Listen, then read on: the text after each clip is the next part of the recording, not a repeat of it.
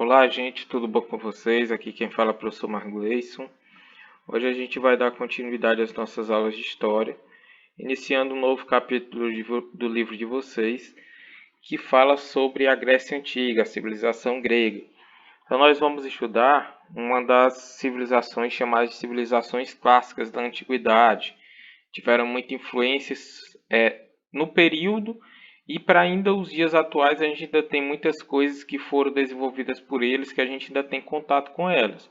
Lá na Grécia Antiga a gente vai estudar o surgimento da democracia, foi lá que teve início aos Jogos Olímpicos, que a gente vê aí nas Olimpíadas de 4 4 anos.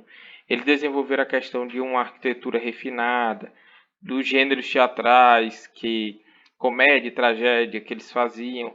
A gente conhece muito da mitologia grega, os deuses, semideuses que a gente vê aí em filmes, histórias, jogos de videogame, tudo a gente tem um pouco de contato sobre essa questão da civilização grega. Então ela foi uma das mais importantes desse período da antiguidade.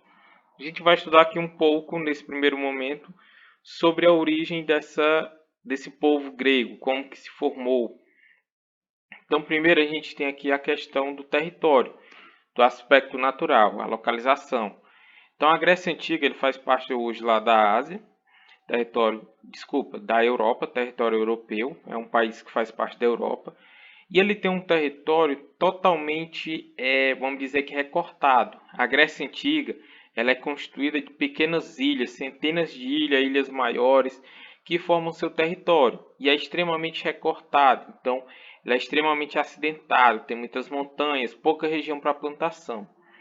Então, o território grego ele é dividido entre a Grécia continental, que é chamada de Hélade, a Península Balcânica, a região da Península Balcânica, tem a Grécia insular, que são as ilhas, a Grécia Asiática, que é a Ásia Menor, Sicília e sul da Península Itálica, que é a Magna Grécia, e como eu falei, a questão do território é totalmente recortado.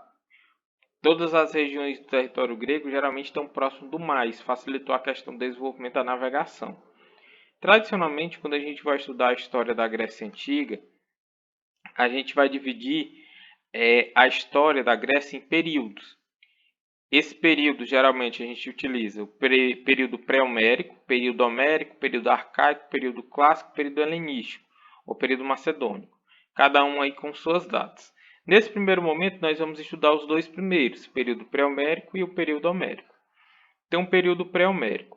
Nesse período, vai se destacar o desenvolvimento de uma civilização que se desenvolveu na região da chamada Ilha de Creta, que é essa aqui que está sendo apontada pela seta. Ela é uma das maiores ilhas aí do território grego. A Ilha de Creta ela fica a 300 km da Grécia, 700 km do Egito, e nessa região se desenvolveu o que ficou conhecido como civilização minoica. É uma civilização antes do que a gente conhece como Grécia, de um dos povos que vão dar origem ao povo grego. Não se sabe ao certo de onde vieram esses povos. Esse povo que deu origem a essa civilização pode ser, por exemplo, no caso aí dos fenícios. 2500 a.C. já tinha presença de cidades em avançadas condições, sendo que nessa região se destacava muito a questão de um grande palácio ao entorno do qual vai se desenvolver a civilização, que era o chamado Palácio de Knossos. Desse período pré-homérico, a civilização minoica, ela desenvolveu muita questão da navegação, já que ela é uma ilha, para se deslocar para outras regiões tem que ser por barco. Então eles desenvolveram essa questão da navegação, da canoagem, da navegação comercial, vender trocas comerciais com outras regiões. Desenvolvimento comercial e urbano, com destaque, como eu falei, para o Templo de Knossos, que era o templo principal. É nessa região da ilha de Creta que, por exemplo, vai surgir lá na mitologia a história do Minotauro, aonde ele devoraria lá os invasores. Então é parte da mitologia da Grécia Antiga. Então, continuando essa questão dos cretenses, civilização minoica. Eles desenvolveram um dos mais antigos sistemas de escrita que se conhece, que na época foram dois tipos diferentes, chamadas de linear A e linear B. Uma era utilizada mais pela classe mais rica, a outra pela classe mais baixa. Aqui tem os exemplos mais ou menos como eles representavam o que cada um dos símbolos significava. Era mais ou menos esse aqui o desenho que eles faziam na escrita. Que tem a representação do Knossos, que era o grande palácio lá da cidade principal. E aí, em torno dele é que vai se desenvolver toda a civilização. Um pouco da questão da sociedade. Sempre que a gente estuda esses povos da antiguidade, a gente fala muito da questão da sociedade, como estava dividida a sociedade. Em Creta, a sociedade ela era uma sociedade hierarquizada. Lá no topo estava a nobreza, os ricos. Segundo, estavam os mercadores, sacerdotes. Os mercadores eram os grandes comerciantes que utilizavam os barcos. Eles tinham muita importância. Artesãos e artistas e burocratas em terceiro lugar, agricultores e pastores. E por fim, a gente tinha os escravos. A decadência dessa civilização está relacionada a vários fatores, não se sabe ao certo, mas acredita-se que devastação por terremotos, que é um fator natural, abalou muito a questão da... porque é uma região que tem muitos terremotos, então abalou a sociedade. Guerras entre as cidades e facções, que é um fator interno. Também está relacionado à invasão dos povos que vieram de outras regiões e acabaram tomando o palácio.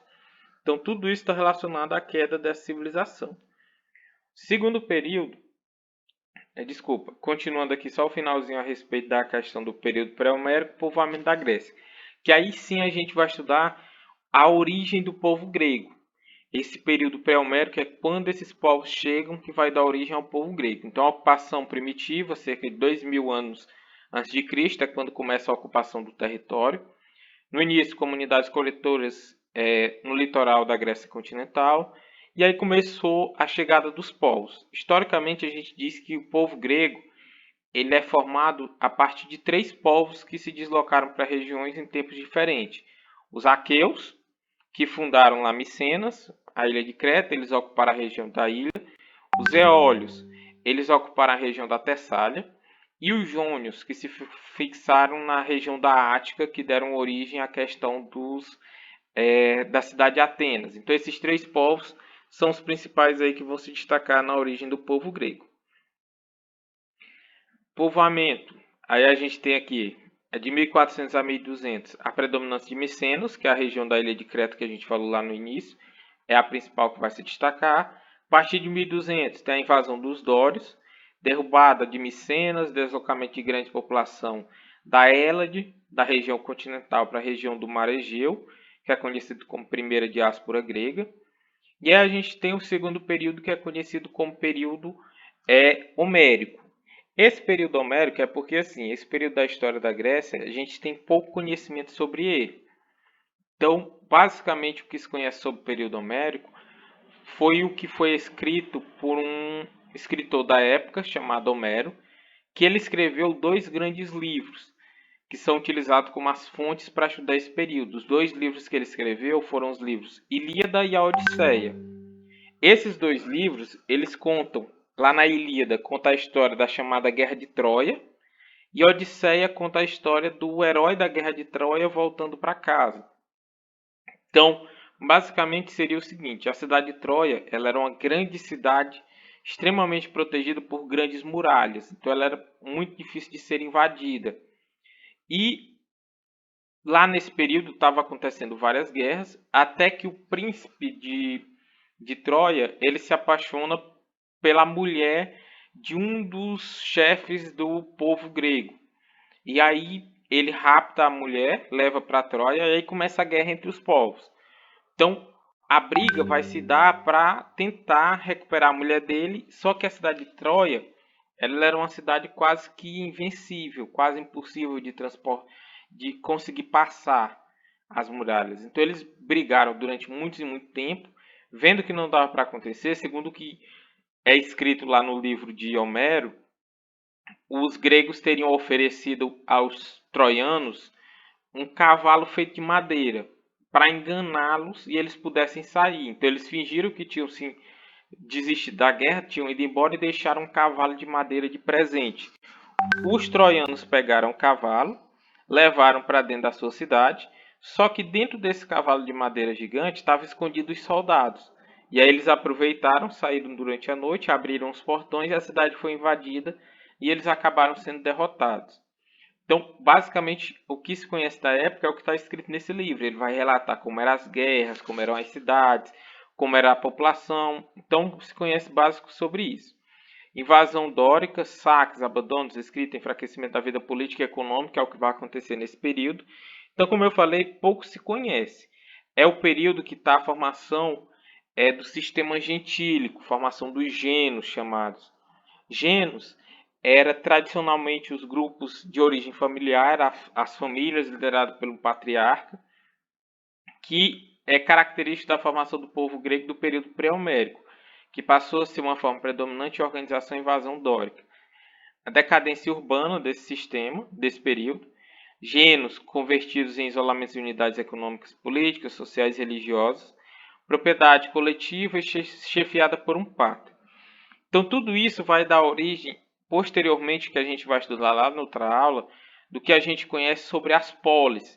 Nesse período, eram pequenas comunidades, pequenos grupos familiares, geralmente isolados, liderados por esse chefe familiar, por esse patriarca, que comandava tudo. Posteriormente, vai surgir as cidades gregas, que a gente vai estudar, no caso, só na próxima semana. Então, por hoje, a gente vai encerrar por aqui. Espero que vocês tenham entendido. Qualquer dúvida que tenham ficado, podem entrar em contato, estou à disposição de vocês. A gente encerra, então tchau, tchau, fiquem bem e até mais.